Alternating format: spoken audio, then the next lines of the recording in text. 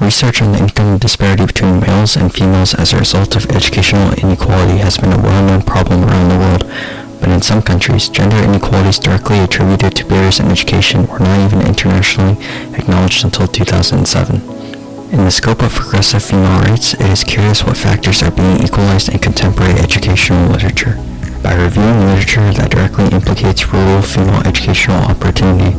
the parts of local to institutional educational system should seem more feasible to address the deficient areas of research in the field of gender inequality. As for the cross-section of females internationally, the literature has been able to show that generally, females in rural areas have it the most difficult when it comes to enrolling in school. In a meta-regression analysis from a group of PhD students, the concerned female group that they're able to address also accounts for minorities as well as students in high school and even students in the West, such as the United States, and the East, such as China, Vietnam, and Pakistan. With this, the literature of females in education still leaves a lot to be desired as there fails to be any kind of significant call to action. This interview by Malala Yousafzai shed some light on where we can start more tangibly addressing this issue. So we want to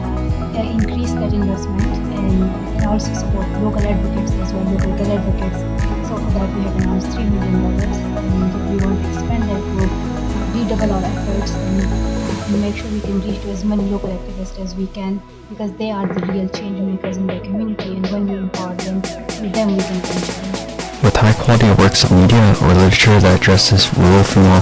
inequalities, we can also see that some possible solutions to the educational inequality that females face in rural areas are providing better public access to hygienics, monetary scholarships, and public transportation. These are changes that females in rural areas arguably require the most in order to equalize discrepancies that can impact their grades, status amongst peers, and even just getting to school. In nearly every part of the world, women are preliminarily judged and discriminated against in school settings based on their outwardly hygienics and their cleanliness, which may be determined by factors such as their access to closed-toe footwear, transportation, and other effects. For other advocates who fear attention from a status quo of women's roles in education being taken away from, it can be disheartening to see that UNESCO has less to write and say every year about an issue that is arguably still in its nascency for the work that still needs to be done for equality. Showing the importance of this issue to other parts of society that are less intertwined with larger feminist movements is difficult, because while these challenges are acknowledged and more readily acted upon by females